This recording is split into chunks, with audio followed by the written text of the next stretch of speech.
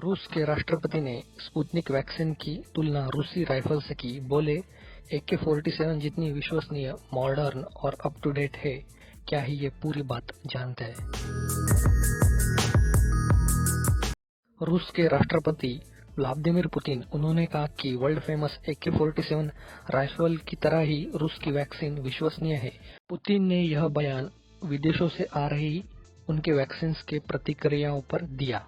राष्ट्रपति पुतिन ने आगे भी कहा कि हमारा मेडिकेशन टेक्नोलॉजी और दशकों से उपयोग में लाई जा रही पद्धति पर आधारित है।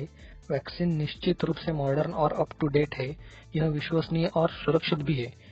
और ये सिर्फ हम ही नहीं कह रहे हैं, बल्कि पूरा यूरोपियन स्पेशलिस्ट का ये कहना है और मुझे भी लगता है ये बहुत हद तक सही है, ऐसा उन्होंने कहा। अगर पूरी दुनिया में देखा जाए तो स्पुतनिक वी वैक्सीन को अब तक 60 से भी ज्यादा देशों में अप्रूवल मिल चुका है। सबसे पहले अगस्त 2020 में रशिया ने इसको मंजूरी दी थी। इसके बाद Belarus, Serbia, Argentina, Bolivia, Algeria, फिलिस्तीन, वेनेजुएला, पैराग्वे, UAE, तुर्कमेनिस्तान जैसे देशों की लाइन सी लग गई अप्रूवल देने में। और यूरोपियन यूनियन के ड्रग रेगुलेटर से भी इसे जल्द ही अप्रूवल मिल सकता है। भारत कोरोना की दूसरी भयावह लहर का सामना कर रहा है। भारत में 1 मई से कोरोना टीकाकरण का नया अध्याय तो शुरू हुआ। अब तक देश में 45 से ज्यादा उम्र के लोगों को ही वैक्सीन लग रही थी। अब 1 मई से 18 से ज्यादा उम्र वाले के लोगों को भी ये लग रही है। और इस अभियान की सबसे बड़ी चिंता यह है कि वैक्सीन का पर्याप्त भंडार उपलब्ध नहीं होना। ऐसे में ये देखा जा रहा है कि रूसी वैक्सीन स्पुतनिक वी के आने से ये चिंता दूर हो सकती है। भारत में 16 जनवरी 2021 से ही टीकाकरण शुरू हुआ था और इसी साल के शुरुआत में कोविशील्ड और कोवैक्सीन को मंजूरी दी गई थी।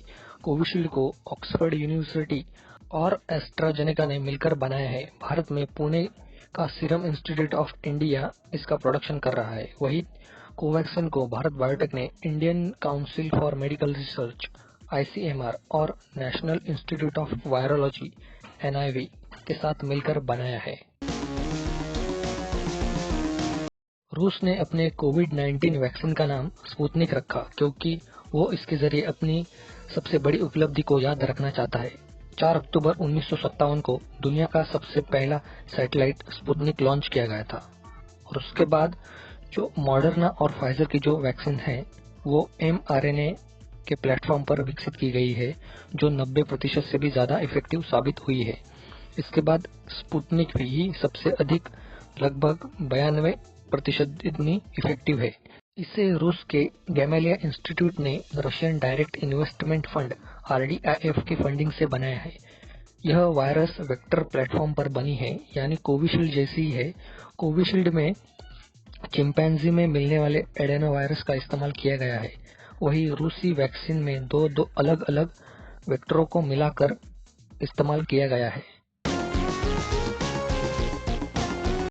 भारत में इस समय 2 वैक्सीन उपलब्ध है। उनमें कोवैक्सीन का एफिशिएंसी रेट 81% है, जबकि कोविशील्ड का कुछ शर्तों के साथ 80% तक है। ऐसे में 92% तक इफेक्टिवनेस वाली रूसी वैक्सीन सबसे ज्यादा इफेक्टिव हो जाएगी।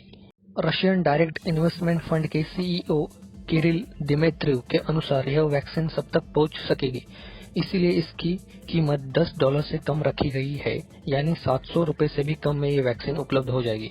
दुनिया भर में 90% से भी ज्यादा की इफेक्टिवनेस साबित करने वाली अन्य वैक्सीनों के मुकाबले यह बेहद सस्ती होगी।